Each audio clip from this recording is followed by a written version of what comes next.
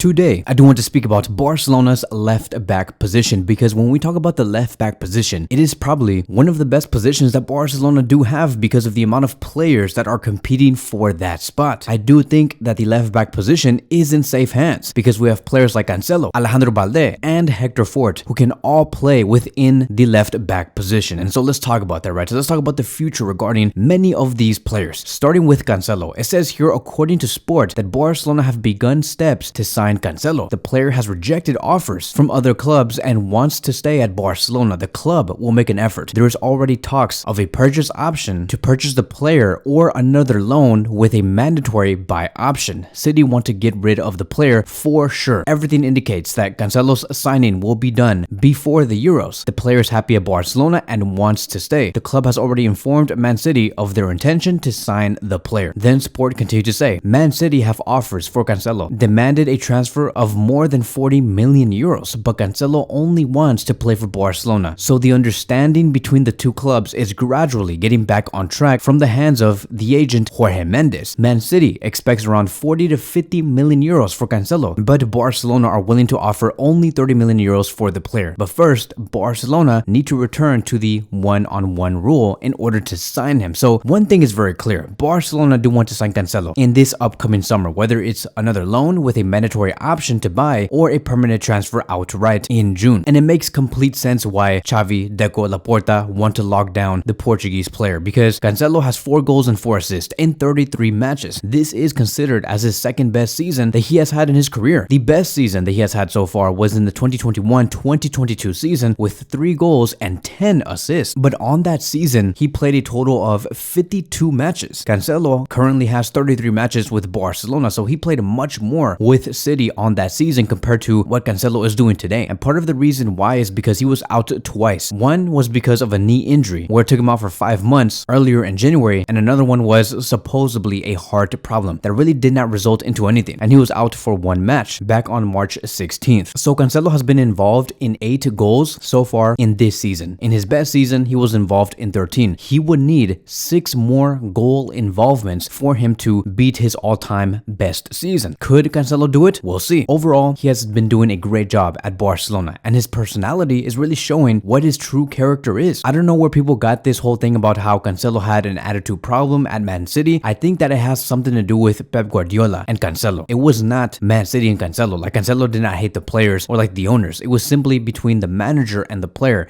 and that's basically it. And the fact that Man City also do want to say to Barcelona that they do not want to have anything to do with Cancelo. I know that Cancelo knows this, and that's probably the reason why he has been reacting so well at Barcelona, because he probably does feel like a reject to Man City, and his character only wants to show why he will succeed at Barcelona and win trophies. He's strong, he's determined, the eagerness that he carries, you can truly see it on the pitch. He wants to turn his career around, and that's very important. Barcelona will only benefit from that. Every time I do see him on the pitch, he's always making overlapping runs or running inside, looking to see how he can shoot the ball from outside the box. He's amazing, and because of his high performances, this is what's also going to allow us to see more competition between Balde, Hector Fort versus Cancelo. And that is amazing because when we talk about Balde, a player that unfortunately could not be part of the squad since last year due to injury, every time I think about Balde, I think about a player that is going to want vengeance. I know that once he does come back in the next season, he's going to come back fully firing, because in this season, before he did get injured, he was not at his best. I remember there was like a point through the season when he was playing, he was doing so many crosses per match and none of them ever landed. Like, I know that Lewandowski is probably way happier with Cancelo than compared with Alejandro Balde. Now, I know that eventually Balde will get to that level where his crosses are going to be more effective, because remember, Balde is still young. He still has time. This guy is going to be one hell of a player in about 3 to 4 years. But as of now, Barcelona benefit much more with Cancelo on the pitch than Alejandro Balde. And I'm pretty sure that next season, once Balde returns, he'll be a machine. And he has to like figure out something like what ways can he be effective, because like, what is Balde going to cut inside and shoot with his right foot, because he's left-footed? So he's gonna have to think about what type of weapons could he apply after he does return. Cancelo can cut in, and he does disrupt the defense a lot, so he can make crosses with his outside foot and also cut in to make shots. And I think that's probably the reason why Xavi Hernandez likes him so much, and it's also the same reason why Hector Fort has also been liked by Xavi Hernandez, because Hector Fort is also right-footed and he can also play on the left back position. I know that he's also a right back, but as of now, Koundé is just untouchable on that side, and I'm just gonna assume that Hector Fort will probably see much more of the left back position than the right back position. But Hector Fort, yes, does remind me of Cancelo, except that Hector is not as precise in terms of crossing when compared to Cancelo. I think that Hector will eventually get there, but you know, Cancelo's Cancelo, right? He's been doing this since the past 10 to 11 years. And this is where I do want to shift the focus to Hector Fort himself, because in one of his first few games against Barbastro, he made an assist to Rafinha that really did remind us of Cancelo. In that match, he played 90 minutes, created 2 chances, had 5 ball recoveries, 29 out of 31 passes were completed, 2 out of 2 duels were won. And the fact that he did that in a position where he was not even supposed to be in, it was amazing. He was decisive, amazing with his passes. His positioning was also amazing. The confidence that he brought in every move was also excellent. A few matches later, Hector Fort did feature against Athletic Club earlier this year, and the main battle on the left side was Hector versus Inaki Williams, and it was an amazing battle because he fought against Inaki Williams very well. He won every duel, he retained possession against a team that pressed us really heavily, and you can just tell that at the age of 17 years old, he's a very reliable player. He will not lose you balls in very dangerous areas. Fast forward to the game against Atletico Madrid, it was Hector Fort versus Llorente, Molina, Morata, and he was bossing those 3 players. Through his physicalness, he was very smart on his runs, he made a lot of line-breaking passes, his spatial awareness, the runs inside, the crossing. It's almost as if Hector was at Barcelona over the past 6 to 7 years, like in the first team. This is why it's also very important for us to continue to look at La Masia and these players, because they can easily gel with the other players like immediately within the first 2 or 3 games. That is why Hector has been so successful in his debut season. So he has been so impressive that it has also been reported that Barcelona have rejected a 35 million euro offer for the young right back and left back Hector Fort, who has attracted interest after breaking into the first team. Mundo also reported that Barcelona have received the bid and quickly turned it down, although there's no details on which club was eager to sign the 17-year-old. We just know that it's just 35 million euros, but you know, it could be from Arsenal, it could be from Liverpool, it could be from Man City. We just don't know at the moment. But Hector is contracted to Barcelona until 2025 and has a 10 million euro release clause in his deal. But the club are said to be keen to secure his long-term future. And so he has already made 7 appearances in all competitions this season. He has also played on the right back position, on the left back position, and it seems very bright. I think that for sure Barcelona rejected that offer because they want to renew him and put a 1 billion release clause on the player. You better bet that if Hector Fort made his come up 6 years ago, he probably would have been sold under ex-president Bartomeu. Like, they probably would have looked at that price tag and the offer of 35 million euros and be like, okay, cool, let's sell the player, bring in the 35 million euros, and then like 4 or 5 days later, they go for Zinchenko or something crazy like that. But we don't do that anymore. Barcelona is not that type of club. They want to protect these youngsters, not look at these youngsters as a profit. Barcelona could have just basically said, okay, let's sell Hector Fort for 35 million euros and then maintain Cancelo. Use that money to keep Cancelo for the next 3 or 4 years. But they're not going to do that. They want to keep the player, and they're going to find other ways to bring income to maintain both Hector Fort and Cancelo. And that is why I do say it's a new Barcelona. A Barcelona that does focus on keeping the youngsters. And it all started with Deco and the policies that he put in place earlier this week to maintain the same team throughout the years and not always trying to have a different starting 11 or a different squad every season. These players are here to stay and they're good enough. It's justified. So let's see how it does turn out in the future. In the next season, who do you see starting on the left back position? Is it Cancelo, Balde, or Hector Fort? Let me know in the comment sections down below. Thank you guys so much for watching, and I will see you guys in the next one.